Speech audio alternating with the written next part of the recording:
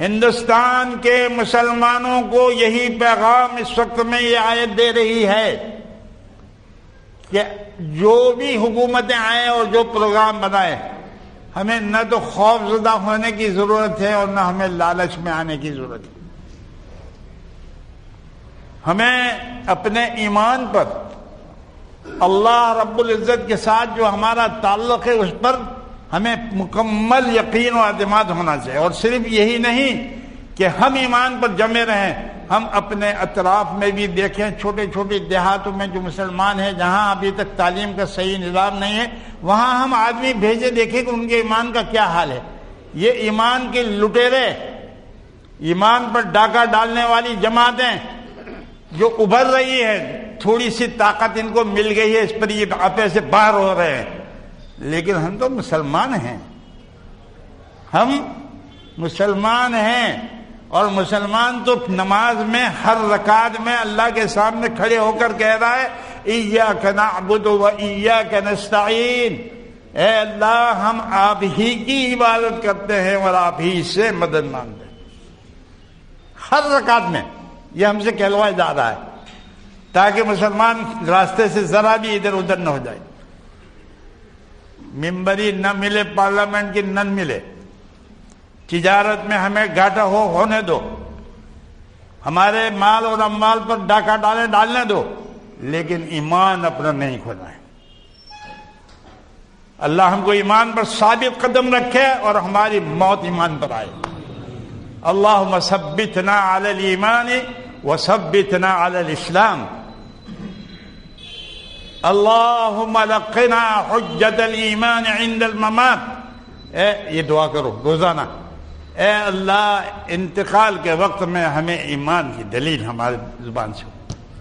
اس لیے کہ جو آدمی انتقال کے وقت میں اپنی زبان سے کہہ دیتا ہے ایک مرتبہ، اللہ کی گواہی دیتا ہے کہ خدا کے سوا کوئی معبود نہیں، اس کے لیے جنت کا راستہ کھلا ہوا ہے۔ من کان آخر کلامہ لا الہ الا اللہ دخل الجنہ، هذا هو الحدیث۔ یہ رسول اللہ صلی اللہ علیہ وسلم کا جملہ ہے، آپ کے فرمودی بات ہے، فرمودہ ہے۔ آپ نے فرمایا کہ جو آدمی آخری کلام اس کا لا الہ الا اللہ ہے، جنت میں داخل ہو جائے گا۔ اسی لیے بڑے بڑے بزرگان دین اس کی دعا کرتے تھے کہ اللہ ہمارا خاتمہ ایمان پر ہو۔ ہم چاہے جتنی نمازیں پڑھیں، تلاوت کرتے رہیں، ہم جماعتوں میں جائیں، لیکن ہمیں اندیشہ رکھنا چاہیے کہ اللہ بہتر جانے کہ ہمارا آخری وقت کیا ہو۔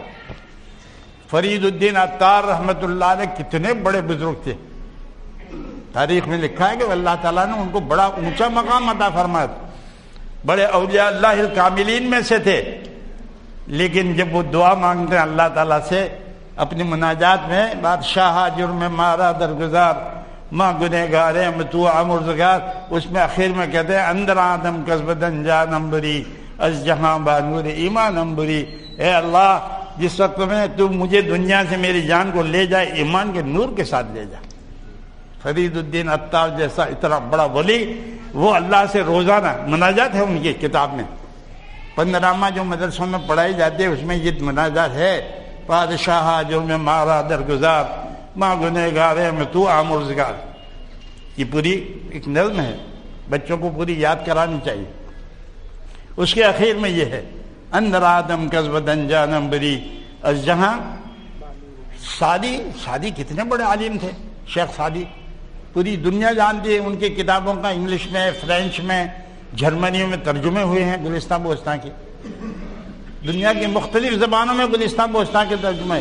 وہ اتنا بڑا فاضل آدمی، اتنا بڑا عالم، وہ بھی دعا یہی مانگ رہا ہے، خدایا بحق بنی فاطمہ، خدایا بحق بنی فاطمہ کے بقول ایمان کنم خاتمہ، اے اللہ حضرت فاطمہ رضی اللہ تعالیٰ عنہا کی اولاد کے وسیلے سے مانگو۔ دیکھو حضرت امام حسن امام حسین کو وسیلہ پکڑ رہا ہے سعدی، وہ کہتا ہے خدایا بحق بنی فاطمہ کہ برقول ایمان کنم خاتمہ، کہ اللہ میرا ایمان پر میرا خاتمہ۔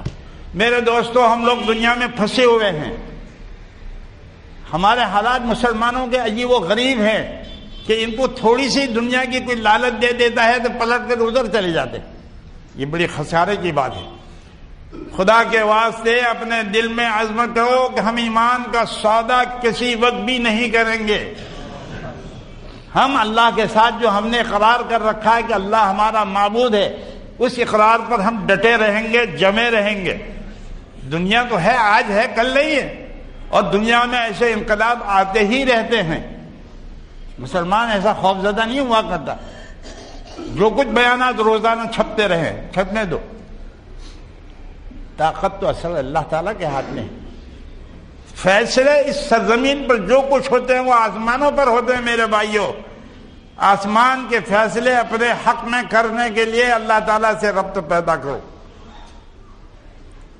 قرآن کریم نے ہم کو یہی باتیں سمجھائی ہیں، صاف صاف آیتیں،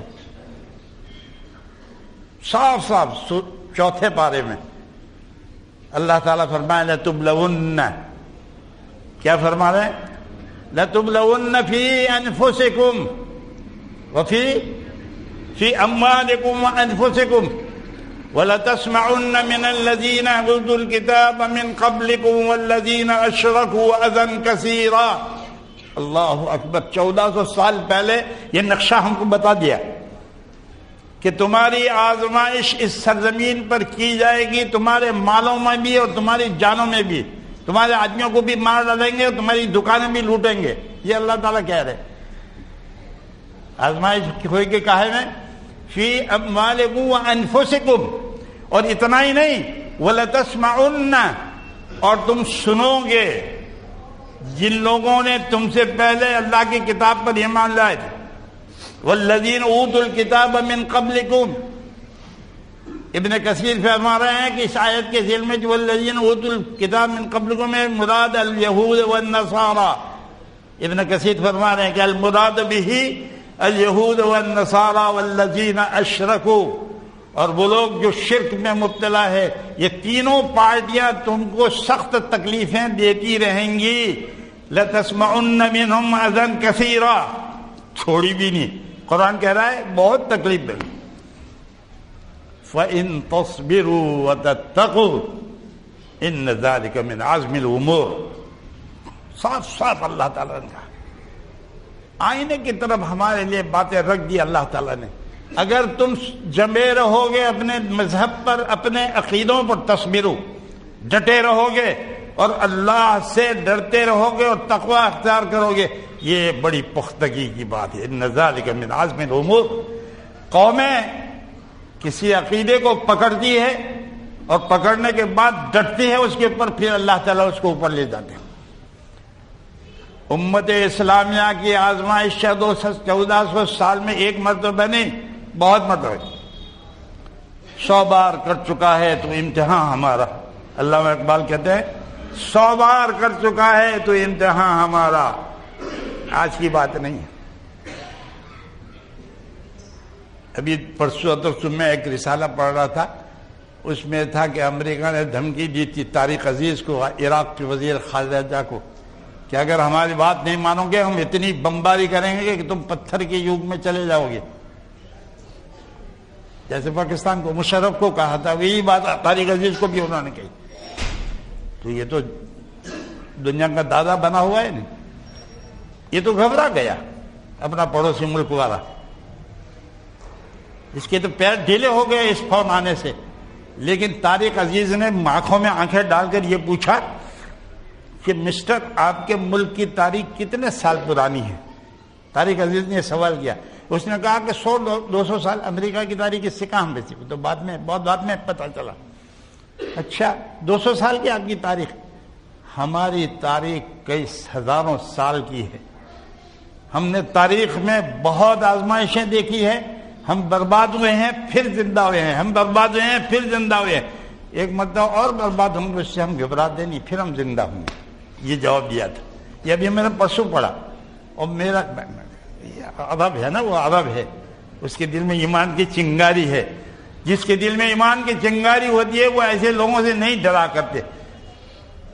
وہ چاہے اخباروں میں اعلان کر دے کہ 2021 میں ہندوستان میں ایک بھی مسلمان نہیں رہے گا، تمہارے بابا کا ملک ہے کہ ایک بھی مسلمان نہیں۔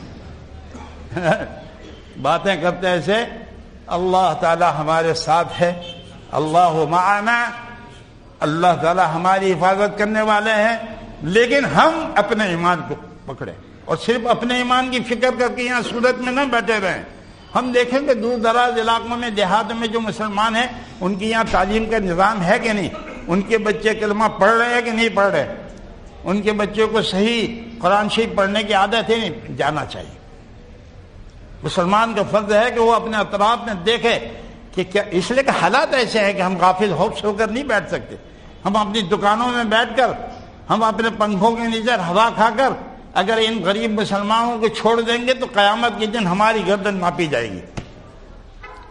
اس لیے میرے سورت کے دوستو، اللہ کی نعمت کی قدر کرو اور کوشش کرو پورے ضلع کے اندر جماعتیں انفرادی طور پر کوشش کر کے ایک چھوٹی سی چھوٹی بستی بھی ایسی نہیں ہونی چاہیے کہ جہاں مکتب نہ ہو اور جہاں کلمہ لا الہ الا اللہ نہ سکھلایا جائے۔ دھیان دینا چاہیے کہ کیسا بچہ پڑھ رہا ہے، ان کو پوچھنا چاہیے۔